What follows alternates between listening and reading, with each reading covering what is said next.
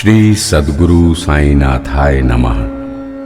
अथ श्री साई ज्ञानेश्वरी अष्टम अध्याय। श्री साई ज्ञानेश्वरी का 8वां अध्याय अर्चना, प्रार्थना एवं विनती है। व्यक्ति जब श्री साई के अनंत ऐश्वर्य का अनुभव करता है तो उसकी आंखें प्रेम के आंसुओं से छलक उठती हैं। वो भक्ति भाव के साथ श्री साईं की अर्चना में संलग्न हो जाता है। उसके मन में समर्पण भाव का उदय होता है और वो अपने हृदय के सिंहासन पर श्री साईं को विराजमान कर लेता है। वो निष्काम भाव से श्री साईं की सेवा में लग जाता है। उसके लिए श्री साईं ही भगवान हो जाते हैं। भक्त अपने आराध्य ईश्वर से प्रार्थना करता है कि आप अज्ञान का अंधकार दूर करें, पाप कर्मों को क्षीण करें, गलतियों को क्षमा करें, शरणागत की रक्षा करें, अपावन को पावन करें, अभक्त के मन में भक्ति भरें, दुख को सुख में बदलें, संसार सागर की लहरों में पतवार बनकर नैया को भव के उस पार ले जाएं, अपना वरद हस्त मस्तक पर रखें और अपनी कृपा दृष्टि सदैव बनाए रखें। ईश्वर सबकी विनती सुनते हैं, मेरी भी करुण विनती सुनेंगे, ऐसा भक्त का दृढ़ विश्वास है। विराट सत्ता की कृपा की एक बूंद मुझे भी मिले, यही भक्त की विनम्र विनती है। तो आइए अब हम श्री साई ज्ञानेश्वरी के 8वें अध्याय अर्चना, प्रार्थना एवं विनती का पारायण करते हैं। आंसू पाव पखारते भक्ति तिलक लगाए, वाणी से करो वंदना, मंगल मंत्र सुनाए। प्रेम भाव के पुष्प का मैं पहनाऊं हार, अर्चन पूजन दक्षिणा साईं करो स्वीकार। हे साईनाथ, मेरे प्रेमाश्रु छलक रहे हैं। मैं अपने प्रेमाश्रुओं से आपके चरणों का प्रक्षालन कर रहा हूँ। मेरे पास भक्ति का चंदन है। मैं भक्ति भाव का चंदन आपके श्री चरणों में लगा रहा हूँ। हे साईनाथ, मैं शब्दों की सुशोभित कफनी आपके काव्य रूपी तन में पहना रहा हूँ। प्रेम भाव के सुकोमल पुष्पों की माला आपके गले में डाल रहा हूँ। हे साईनाथ, मैं अपने हृदय की पूर्ण निष्ठा के सिंहासन पर आपको स्थापित एवं प्रतिष्ठित कर रहा हूँ। आप मेरी हृदय स्थली पर विराजमान हूँ। मेरी भक्ति का नैवेद्य स्वीकार करें। हे साईनाथ, मैं अपने मन की दक्षिणा आपको अर्पित करता हूँ ताकि आपके आशीर्वाद से होने वाले कार्य के प्रति मुझ में कर्तापन का भाव ना आए और कार्य की सफलता या असफलता की चिंता भी मुझे ना सताए। हे शांत चित्त, धीर वीर गंभीर, ज्ञान के शिखर, करुणा से परिपूर्ण सघन बादल, दया के अगाध सागर, सत्य के साक्षात स्वरूप, हे साईनाथ, आप माया के घने अंधकार का नाश करते हैं। हे सिद्ध पुरुष, आप जाति गोत्र की सीमा से परे हैं। आप अप्रत्याशित कृपा करने वाले हैं। आप करुणा के अक्षय भंडार हैं। हे शिरडी वाले साईनाथ, मेरी रक्षा सुरक्षा करें, मुझे अपनी शरण में लें। हे ज्ञान के प्रखर सूर्य श्री साईं, हे ज्ञान प्रदाता, सभी प्रकार का मंगल करने वाले भक्तों के मानस के राजहंस, आप शरण में आए हुए लोगों की रक्षा करते हैं। आप सृष्टि करता हैं, सृष्टि सृजन करने वाले ब्रह्मा हैं। आप सृष्टि पालक हैं, लक्ष्मीपति विष्णु हैं। आप त्रिलोक का लय करने वाले हैं, रुद्र हैं। ऐसा निश्चित ही है, यही ध्रुव है। हे साईनाथ, ऐसी कोई जगह नहीं जहां आप नहीं, धरती पर ऐसा कोई स्थान नहीं जहां आपका वास नहीं। हे साईनाथ, आप सर्वव्यापी हैं, सर्वज्ञ हैं। आप हर प्राणी के अंतर मन में स्थित हैं।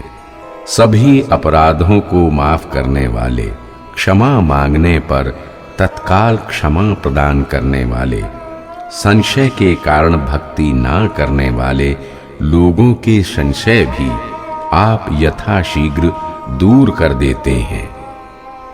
हे साईनाथ, आप कामधेनु हैं और मैं आपका वत्स हूँ। आप 16 कलाओं से विभूषित पूर्ण चंद्र हैं और मैं पूर्ण चंद्र की एक छोटी सी किरण हूँ। आपके पावन चरण स्वर्ग से अवतरित होने वाली गंगा नदी के समान पवित्र हैं। मैं आपका दास हूँ। मैं आदर के साथ आपके चरणों में सविनय नमन करता हूँ। हे साईनाथ, आप अपनी कृपा का वरद हस्त मेरे मस्तक पर रखें। मेरे दुख, कष्ट और चिंता का निवारण करें। मैं तो आपके चरणों का एक अदना सा दास हूँ।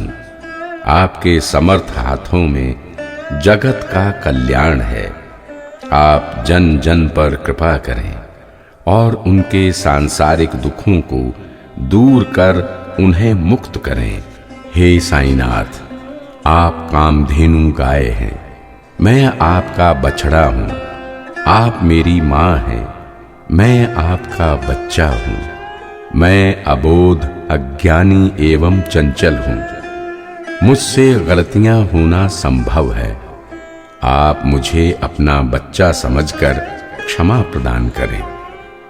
मेरे अवगुण एवं नटखटपन को नजरअंदाज करें, उसे चित्त में ना लाएं और मेरे प्रति उदारता बनाए रखें। हे साईनाथ, आप मलयागिरी पर्वत का चंदन वृक्ष हैं। आप अपनी सुवास से संपूर्ण वन को सुवासित कर देते हैं। मैं कंटीली बेल हूँ। मेरे निकट संपर्क में आते ही कोई भी प्राणी आहत और पीड़ाग्रस्त हो जाता है। मैं महापापी हूँ, मेरा मन अपवित्र है। आप गोदावरी का पवित्र जल है। आपकी जलधारा का स्पर्श ही प्राणी को पवित्र बना देता है। हे साईनाथ, आपके दर्शन मात्र से दुर्बुद्धि समूल नष्ट हो जाती है। मेरे साथ यदि ऐसा ना हुआ और मैं ज्यों का त्यों ही बना रहा, तो मैं आपको चंदन वृक्ष कैसे कह पाऊंगा। हे साईनाथ, कस्तूरी का निकट संपर्क पाकर धूल भी सुवासित हो जाती है, अनमोल बन जाती है। माला के फूलों की खुशबू पाकर माला का धागा भी सुरभित हो जाता है। हे साईनाथ, तुच्छ से महान बनने की यही रीति है। जो जो तुच्छ एवं अपावन लोग हैं, उन्हें आप पवित्र पावन कर देते हैं। आपके संपर्क में आते ही तुच्छ की दुर्बुद्धि तिरोहित होने लगती है और उसमें महानता के गुण उभरने लगते हैं। भगवान शिव का निकट संपर्क पाकर शमशान घाट की भस्म का महत्व बढ़ गया और वो भभूत बन गया। शिव का साहचर्य पाकर मृग चर्म भी उनका लंगोट बन गया। शिव के साथ रहते रहते बैल भी नंदी की महिमा से अभिमंडित हो गया। महान हस्ती के संपर्क में रहकर तुच्छ वस्तुएं भी महत्वपूर्ण बन गईं। मैं तुच्छ एवं हीन हूं, दुराचारी एवं पापी हूं।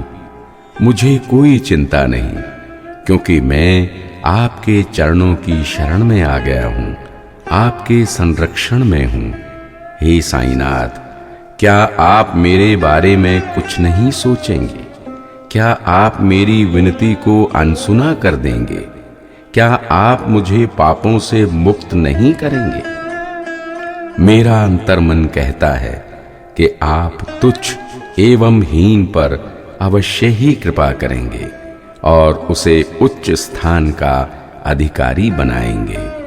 इसके लिए मैं आपसे याचना करता हूं। हे साईनाथ, मेरा मन जिन वस्तुओं से संतुष्ट होता है और जिनसे सुख का अनुभव करता है, उन समस्त भौतिक एवं आध्यात्मिक वस्तुओं की पूर्ति आप अवश्य करेंगे, मुझे उपलब्ध कराएंगे। ऐसा मन में दृढ़ विश्वास है, इसमें रंच मात्र भी संदेह नहीं। हे साईनाथ, आप सिद्धों और योगियों के सम्राट हैं। आपका ऐश्वर्य विराट है। आपकी एक दृष्टि पाते ही, आपके चरणों का दर्शन करते ही सारे अवगुण और विकार दूर हो जाते हैं। आप मुझ पर कृपा दृष्टि करें। आपकी कृपा दृष्टि के बाद भी यदि मुझ में कोई दुर्गुण या दोष शेष बच गया तो वो आपकी कमी मानी जाएगी। उसकी जिम्मेदारी आपकी होगी। अतः आप मुझ पर विशेष ध्यान दें। आप मुझ पर अशेष कृपा करें। हे साईनाथ, मैं इससे अधिक और क्या कहूँ, इससे ज्यादा क्या विनती करूँ। आप ही मेरे आधार हैं। आपके चरण में ही मेरी शरण है। माँ की गोद में बच्चा हो तो फिर उसे किस बात का डर। आपका सानिध्य बना रहे तो चिंता फिक्र एवं डर भय का प्रश्न ही नहीं।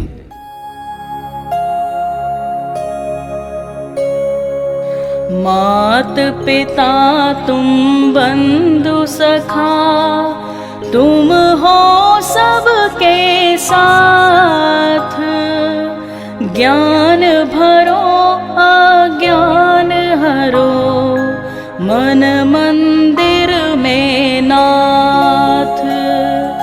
सन्मति का अवदान दो, मुझको साईं राम। अर्ज करूं विनती करूं, झुक झुक करूं प्रणाम। श्री साईं सद्गुरु नाथार्पणमस्तु। शुभम भवतु। इति श्री साईं ज्ञानेश्वरी अष्टमो अध्याय।